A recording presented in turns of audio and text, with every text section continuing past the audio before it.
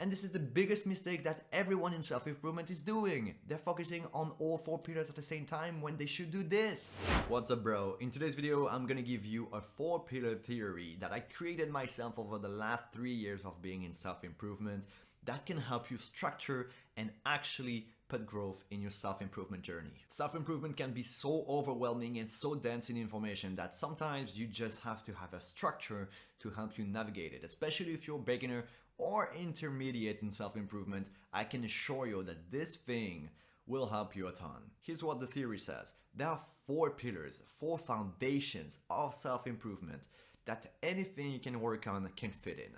And I can challenge you guys to find anything that doesn't fit in these 4 categories. I tried and I've never found it myself. The pillars are relationship and family, financial success, health, whether it's physical or mental, and purpose. These are all the things that matter in life, no more, no less. And again, I challenge you to find anything that doesn't fit in these 4 categories and write down below if you find any, because I'd be really curious to find it myself. So now that we know that there are these 4 things that you should really focus on in life and improve at, but what's the catch? Well, the catch is that we have a really defined amount of time in a single day or in a week that we can put into these 4 pillars. And there is no way that we can improve at all of these points at the same time. Let me tell you a quick story about myself. I believe that I have pretty equal amounts of progress in all of these pillars, except into one of them, financial success.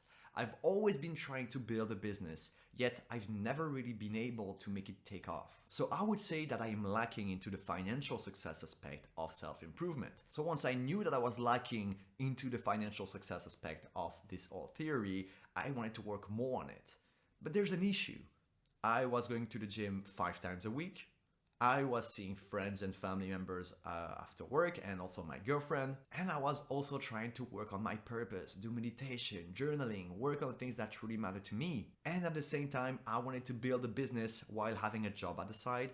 It's really tough to do so. And this is the biggest mistake that everyone in self-improvement is doing. They're focusing on all 4 pillars at the same time when they should do this. Focus on only one pillar at a time. There is only one thing that you can improve at the time. This is the entire catch of the entire theory. If you focus on everything at the same time, you will never grow significantly. So here's the most important rule of this entire theory. Out of the 4 pillars that you can choose from, only one will be your main focus for the next months to follow. So to get back into the story that I was telling you about my situation, I chose to focus on the financial success pillar for the next few months. And now you're gonna tell me, okay, fine, but what are you gonna do with the other pillars? Are you just letting them down? No, of course not. That would be stupid. This theory would never work if you cannot focus on other things as well. But the really important term that everybody should remember now is that the other pillars should be at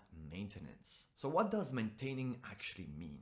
That means that you should allocate the minimum amount of time to this pillar to maintain its overall level by not going up or down. You just, for example, if you go to the gym, you would know that if you train only twice a week, really light weights, but just by hitting all muscles twice a week, you can maintain your body mass, your muscle mass, by just training twice a week really lightly. When in contrast, if you want to grow, you have to work out at least more often and with higher weights. So for me, since I choose the financial success pillar, I would allocate at least 50% of my time to it, at least my free time of course, while the rest should be allocated to the other pillars to keep them at maintenance. And I chose 50% as an arbitrary number, but of course it can be higher, it can be 60%, 70%, as long as you're able to still maintain other pillars at the same level, it doesn't matter.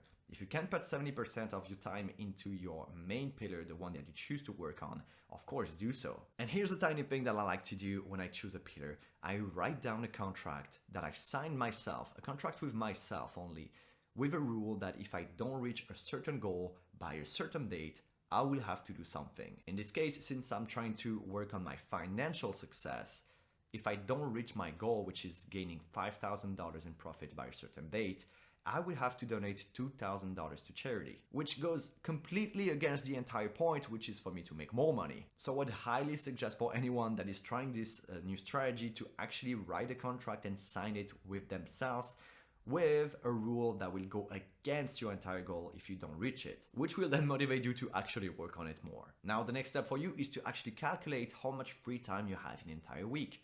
For me, it went to about 28 hours of free time. So at least 50% of that time, so at least 14 hours a week, should go into building my business.